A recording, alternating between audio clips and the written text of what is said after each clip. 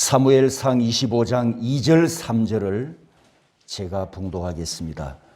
마온에 한 사람이 있는데 그의 생업이 갈멜에 있고 심히 부하여 양이 3,000마리요 염소가 1,000마리이므로 그가 갈멜에서 그의 양털을 깎고 있었으니 그 사람의 이름은 나발이요 그의 아내의 이름은 아비가일이라.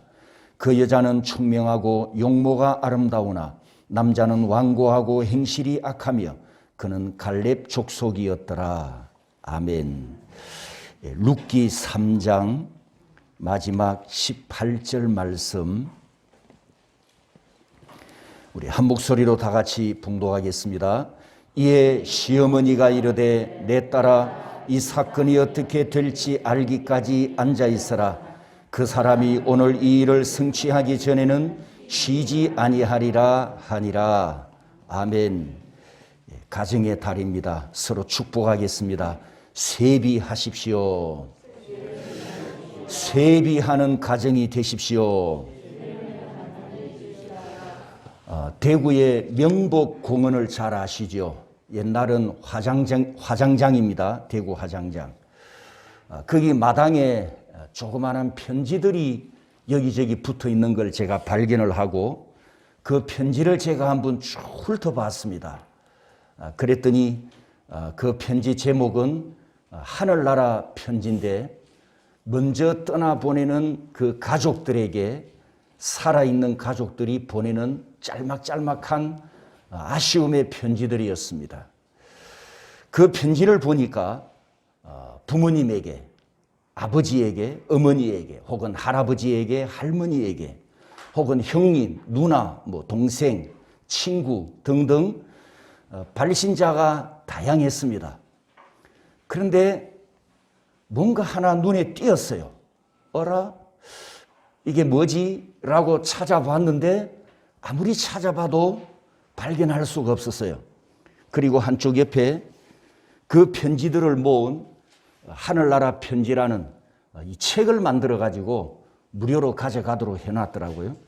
그래서 이 책을 가져와 가지고 이게 지금 굉장히 많은 편지들이 있는데 이 책을 또 다 뒤졌는데 역시나 발견할 수가 없었어요. 뭐가 없을까요? 누구에게 다 편지를 보내는데 유일하게 하나가 없어요. 뭘까요? 아내에게 보내는 편지가 없습니다. 제가 이걸 발견했어요. 여자들이 지금 막 신이 나서 웃는 것 같은데 나도 남자고 대한민국 남자지만 참 우리 남자들에게 문제 많습니다. 앞으로 결혼하실 분들 잘 새겨 들으세요. 그 명복공원 마당에도 편지가 수십 통이 있어요. 그런데 아내에게 보내는 편지는 한 통도 없습니다. 책에도 마찬가지예요. 우리 남자들이여 정신 차립시다. 지난 주일 오후 가정예배 때 묵상할 과제물로 사무엘상 25장을 내드렸었는데 여러분 정독해 보셨습니까? 오늘 설교 내용에도 이 부부에 대한 이야기가 나옵니다마는 오늘은 지난 시간에 말씀드린 현숙한 신앙에 이어 사무엘상에 나오는 나발과 아비가일 부부를 통해서 현숙함과 그 반대의 의미를 보면서 오늘 룻기 3장 강론을 끝내고 다음 시간에 4장으로 넘어가도록 그렇게 하겠습니다. 2절 3절에 보면 갈멜 마온에 한 거부가 살고 있었다라고 소개합니다. 얼마나 거부냐? 양이 3,000마리고 염소가 1,000마리. 여러분 우리는 이게 지금 감이 잘 안 오죠. 우리는 이런 환경이 아니기 때문에 양이 3,000마리고 염소가 1,000마리면 얼마나 될까? 옛날에 여러분이 혹시 시골에서 농사 지을 때 가축을 키워보셨습니까? 돼지가 10마리가 되면 일이 얼마나 많은지 아십니까? 닭이 50마리만 돼도 일이 엄청 많습니다.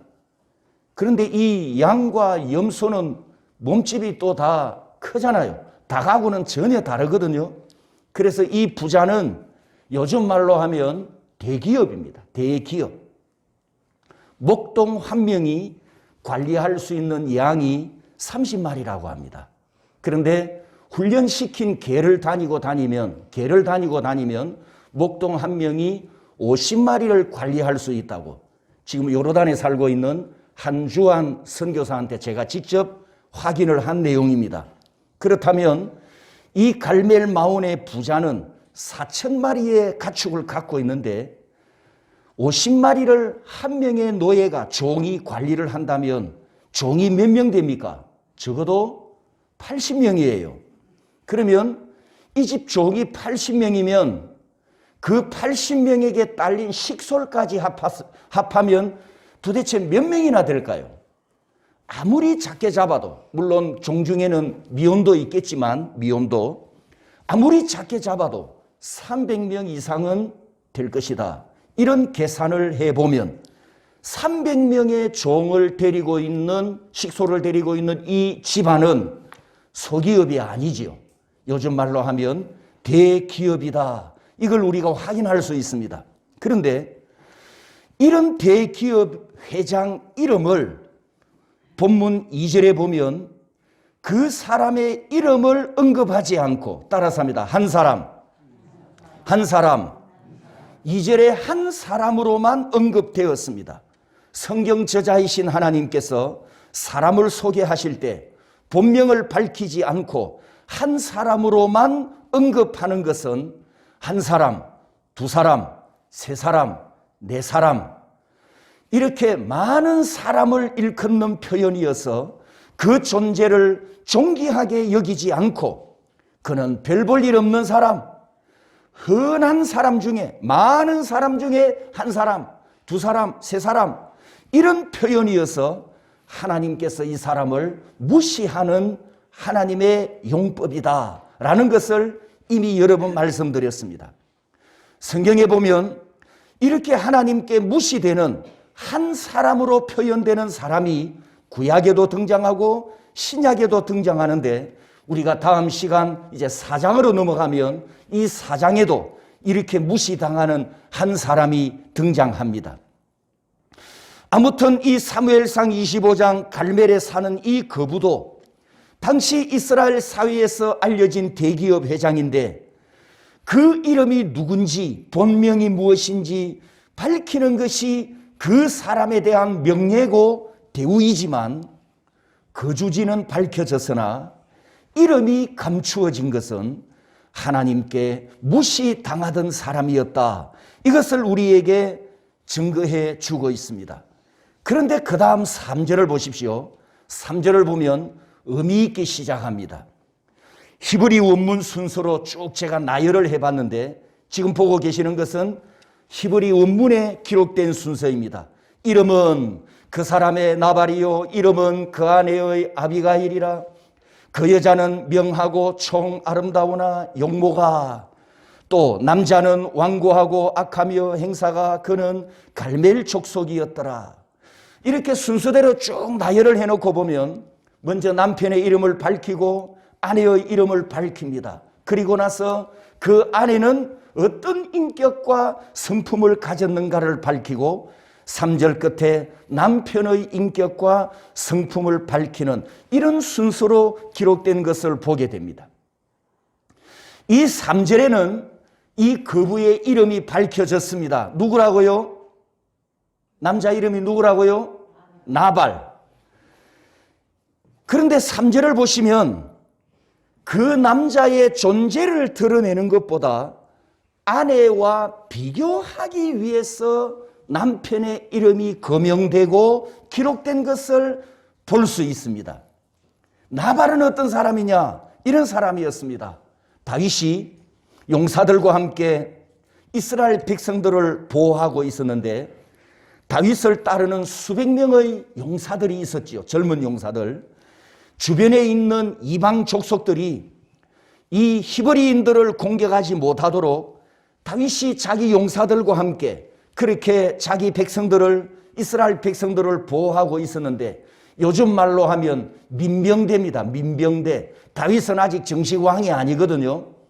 그런데 자기를 추종하는 그 젊은 청년들을 데리고 스스로 군대처럼 그렇게 움직이면서 민병대 역할을 하면서 주변에 있는 그 이방인 족속들로부터 모든 공격을 막아내고 하나님의 나라를 지키고 보호하는 이런 역할을 하고 있을 때입니다.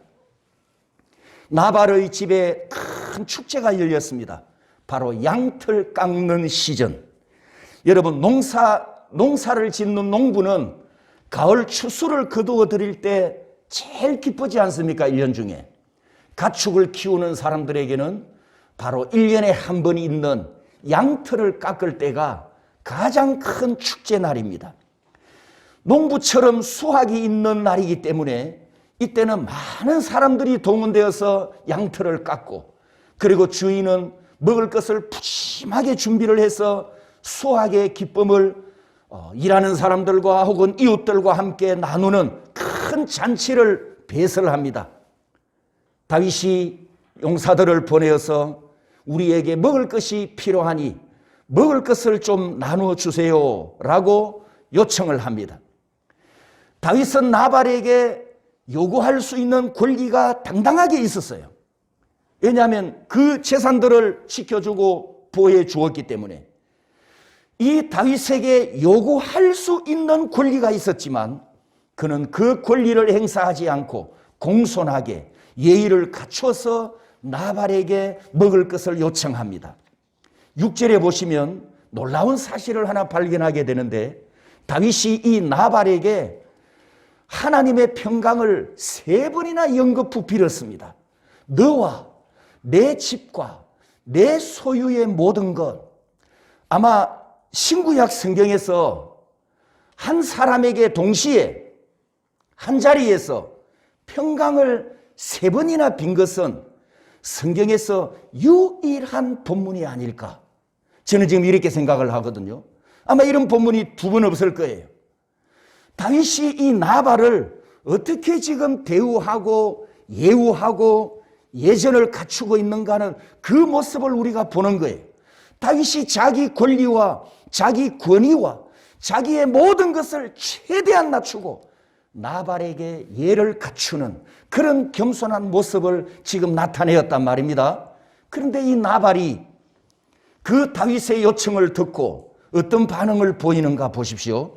9절, 10절, 11절에 보면 9절 끝에 이런 말씀이 있습니다. 말하기를 마침에 다윗의 요청을 듣고 나서 들어줘야 될지 말아야 될지 깊이 생각해보고 또 생각해보고 분별하고 판단하고 결정을 내려야 할 텐데 반응이 어떻게 됐다고요? 말하기를 마침에. 이 뜻은 말이 땅에 떨어지기도 전에라는 뜻입니다. 말이 땅에 떨어지기도 전에 즉시 대답했다는 뜻. 즉시. 이게 뭘 의미하느냐? 나발은 이 입이 그만큼 가벼운 사람이었다는 뜻입니다. 그래서 이 남자의 별명이 뭔지 아십니까? 별명이 나발이었어요. 이 나발의 별명이 나발한 사람이었습니다. 입이 나불나불거리는 가벼운 사람이었다는 거예요. 그리고 10절을 보십시오. 현숙함과 반대되는 모습이 그대로 드러납니다. 다윗이 누군데?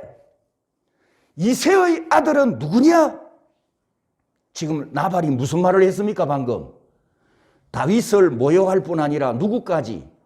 다윗의 아버지까지 모욕하는 말을 지금 내뱉어 버렸어요. 큰일 났어요. 지금 이 나발은 지혜도 없을 뿐 아니라 영적 분별력이 없는 남자였습니다. 다윗이 누구냐? 여러분, 다윗이 누굽니까? 다윗이 누구죠?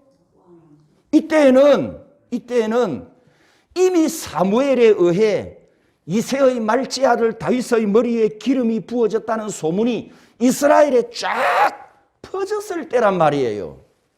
왜냐하면 10절을 보면 나발도 이새의 존재를 알고 있었잖아요. 다윗의 아비 이새가 누구냐? 이세까지 알고 있었다면 그 집안에 일어난 소문을 다 알고 들었단 말이죠. 여러분, 이 다윗이 누굽니까? 그는 이스라엘의 왕이 될 사람이고, 지금 다윗을 따라다니는 이 군대는 하나님의 군대이고, 그렇다면 이 다윗은 극존칭으로 섬겨야 할 대상이었단 말입니다.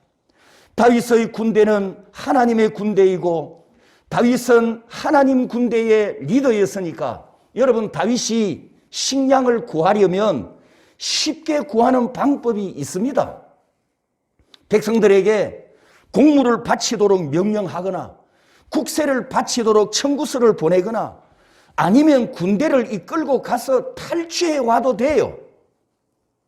다윗은 하나님의 군대니까. 그럼에도 불구하고 다윗은 자기 권리를 무력으로 사용하지 않았고 최대한 자신을 겸손하게 낮추면서 나발에게 요청했단 말입니다. 그리고 11절에 보면 어디서 왔는지도 알지 못하는 자들에게 주겠느냐? 무슨 취급하는 겁니까? 요즘 말로 하면 다윗을 노숙자 취급을 하는 거예요. 그 인간이 어디서 왔는데, 그놈이 어디서 왔다가 어디로 가는데 떠돌아다니는 나그네란 말이에요. 떠돌이, 노숙자. 그리고 11절에도 보면 이 내라는 단어를 보십시오. 내가, 내 떡, 내 물, 내 양털 깎는 자, 내 고기, 내 것을 주겠느냐? 여러분, 어리석은 자의 주어는 항상 누구라고요? 자기 자신. 믿음이 있는 사람의 주어는 누구라고요? 만군의 여호와이십니다. 이 차이를 우리가 지금 보는 겁니다. 즉 쇠비 못하는 자의 주어는 항상 자신이 주인이고 자신이 결정권자이고 자신이 자기 인생을 움직이는 왕인 줄 착각하고 있습니다. 이렇게 나발은 믿음도 없었지만 지혜도 없는 사람이었습니다. 여러분, 믿음은 반드시 지혜와 총명과 함께 가야 하는데 나발에겐 이것도 없고 저것도 없는 사람이었습니다. 그래서 나발 본명의 뜻, 나발 이름의 뜻이 어리석다, 바보다 이런 뜻이에요. 이름을 누가 지어줍니까? 이름을 누가 지어주죠? 부모가 지어주잖아요. 그러면 나발의 아버지가 자기 아들 이름을 뭐라고 지었다고요? 에라이 바보야. 어떤 아들이었는가를 우리가 짐작할 수 있잖아요. 어리석다, 바보다 이런 이름의 뜻을 가진 나발이 사무엘상 25장 여러분이 지난주에 끝까지 읽어보셨다면 그 인생의 종말이 어떻게 됩니까?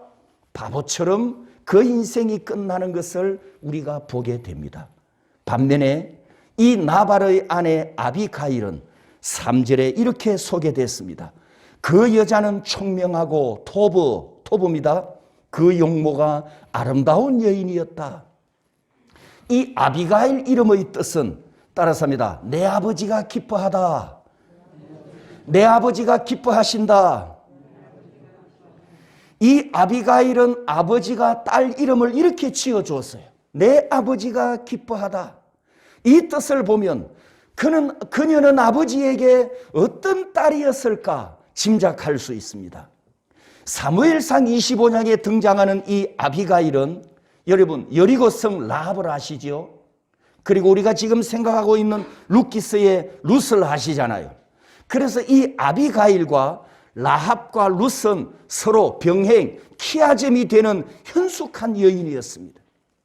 룻과 라합은 유일하신 만군의 여호와를 고백하고 여호와의 은혜로 구원받은 이방 여인들이었고, 아비가일은 미련한 남편과 달리 다윗 왕 앞에 엎드려서 경배하며 목숨과 재산을 위기에서 지켜내는, 그리고 그 위기에서 건져내는 현숙한 여인이었습니다.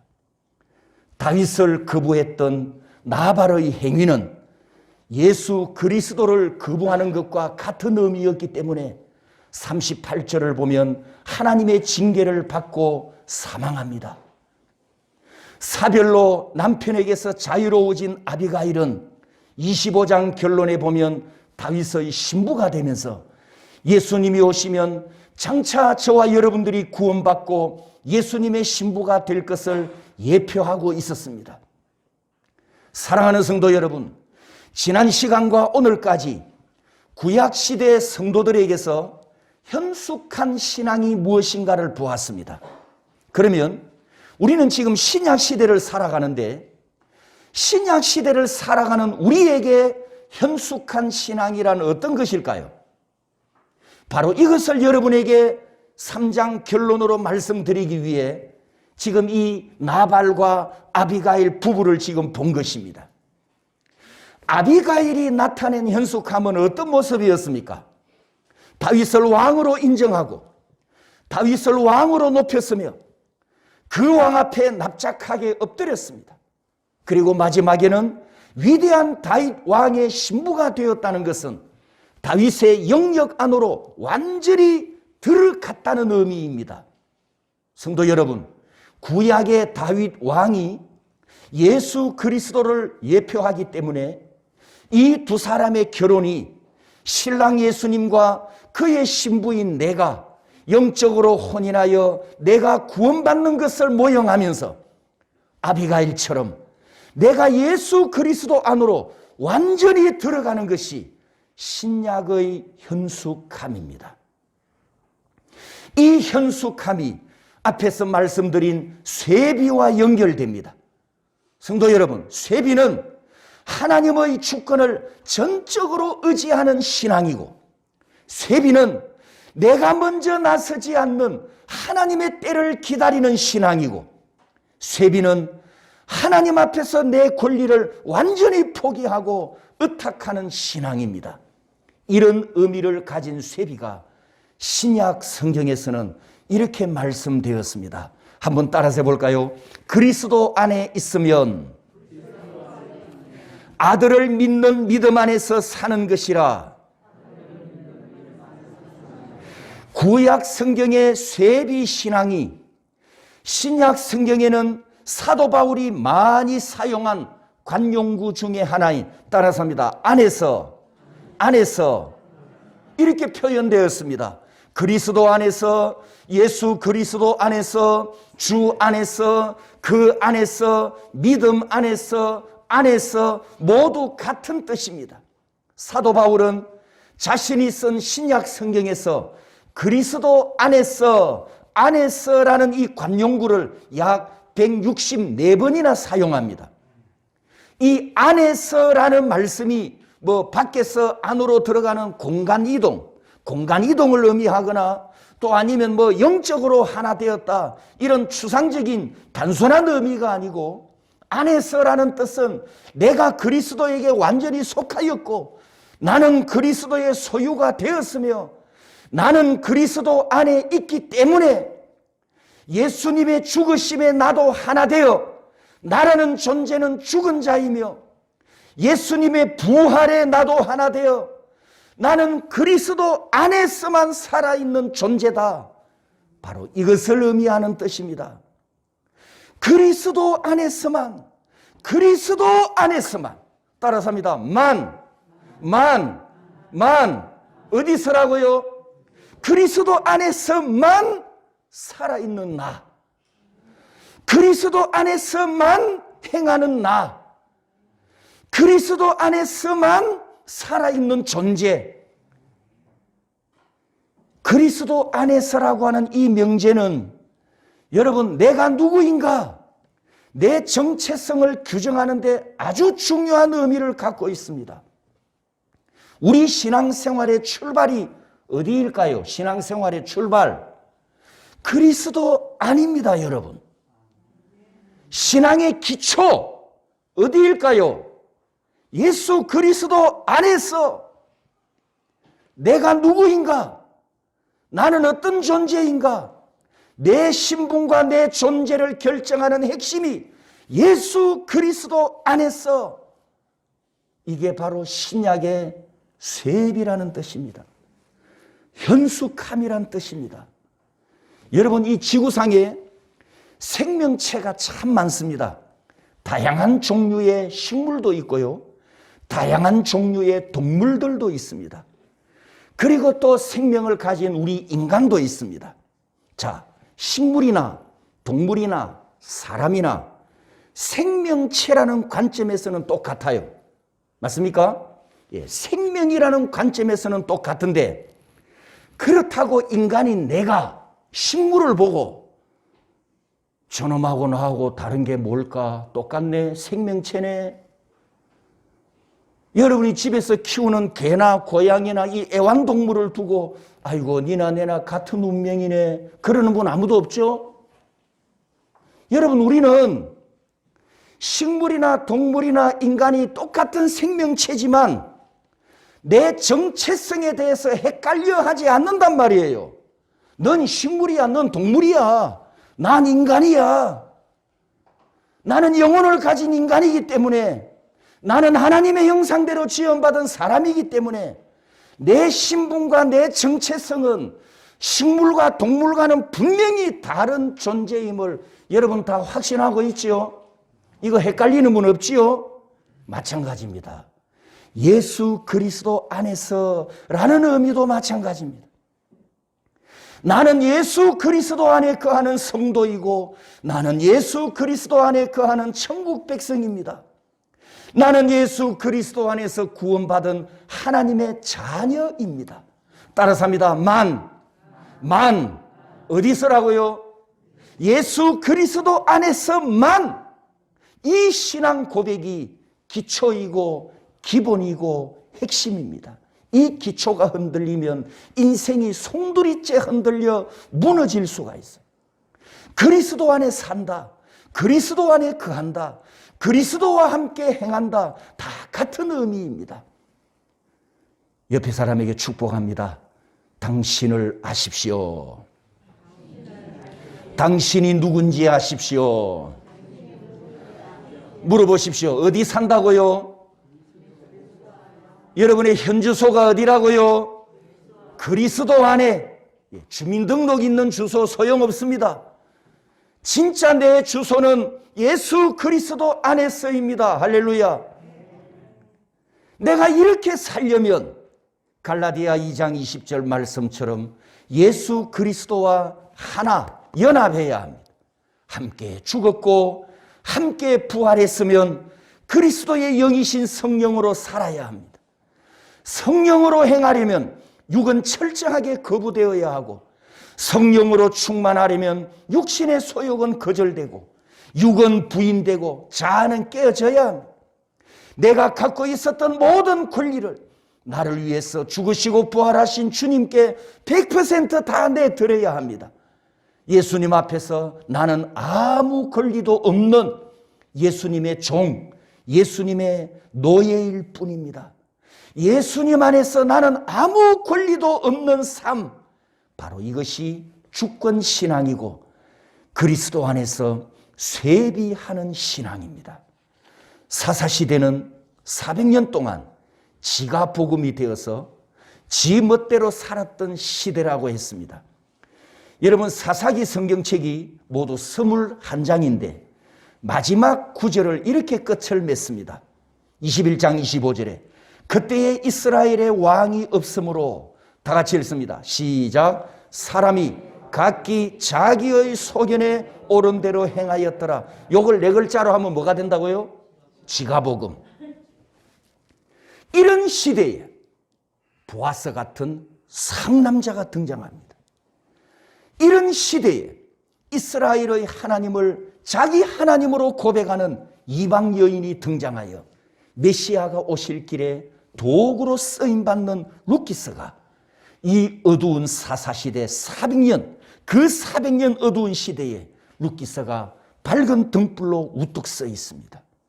25절에 그때에 이스라엘의 왕이 없으므로, 왕이 없었다고 했지만 여러분, 이스라엘의 왕이 없었던 게 아니잖아요. 보이지 않는 왕이신 만군의 여호와가 함께하는 신정국가, 인간이 통치하는 인정국가가 아니고 하나님이 다스리는 신정국가에 하나님의 선택받은 백성들입니다. 그러나 이 시대의 이스라엘 백성들은 보이지 않는 진짜 왕을 무시해버리고 눈으로 보이는 왕을 요구했습니다. 사무엘상 8장 4절부터 보면 이스라엘 백성들이 사무엘 선지자에게 찾아가서 요구를 합니다. 우리에게 왕을 세워 우리를 다스리게 하소서. 사무엘 선지자여, 우리에게도 왕을 세워 주십시오. 인간 왕을 원했던 것입니다. 눈에 보이는 힘 있는 왕을 원했어요. 세속국가처럼 권력을 가진 왕을 원했습니다. 전쟁에서 승리를 거둘 전사 같은 그런 왕을 구했습니다. 이것이 이스라엘 왕조사 시작이고 이스라엘 왕조사 출발입니다. 8절에 시간을 보십시오. 시간 8절에 애굽에서 인도하여 낸 날부터 오늘까지 그들이 모든 행사로 나를 버리고 다른 신들을 섬김같이 내게도 그리하는도다. 하나님께서 사무엘에게 말씀하십니다. 사무엘아, 이스라엘 백성들이 왕을 요구하는 것은 나를 버리는 것이다. 나를 버리는 것이다. 그런데 나를 버린 그 악한 행위가 언제부터 언제까지라고요? 시간. 애굽에서 인도하여 낸 날부터 오늘까지. 이걸 우리말로 표현하면 뭐라고 바꿀 수 있을까요? 구원받은 날부터 지금까지라는 뜻입니다. 구원받은 날부터 지금까지 뭘 했단 말입니까? 나를 버렸다. 쇠비 안 했다. 그 뜻입니다. 만약에 하나님께서 우리 인간들처럼 하나님도 상처를 받는 분이라고 한다면 여러분, 하나님의 상처가 얼마나 클까요? 세상에서 하나님께 상처 안 준 사람 있을까요? 그 수많은 사람들, 이방인을 통해서도 하나님은 상처를 받잖아요. 자기 형상으로 만들어 놨는데 하나님을 모르고 우상 숭배를 하니까. 그러면 구원받은 우리는 좀 낫습니까? 우리도 하나님께 상처를 줘요. 만약에 우리 인간처럼 하나님이 상처를 받으신다면 그 상처가 어마어마하겠죠. 지금 이 사사시대 이스라엘 백성들이 만군의 여호와를 버리고 지 복음대로 살았던 이 사사시대, 그 사사시대가 흑암의 시대였고 결국은 망해버렸다고 하는 이 오점을 남겨서 우리에게 기록한 것은 여호와를 버리면 망한다. 여호와를 떠나면 망한다. 예수 그리스도 밖으로 가면 망한다.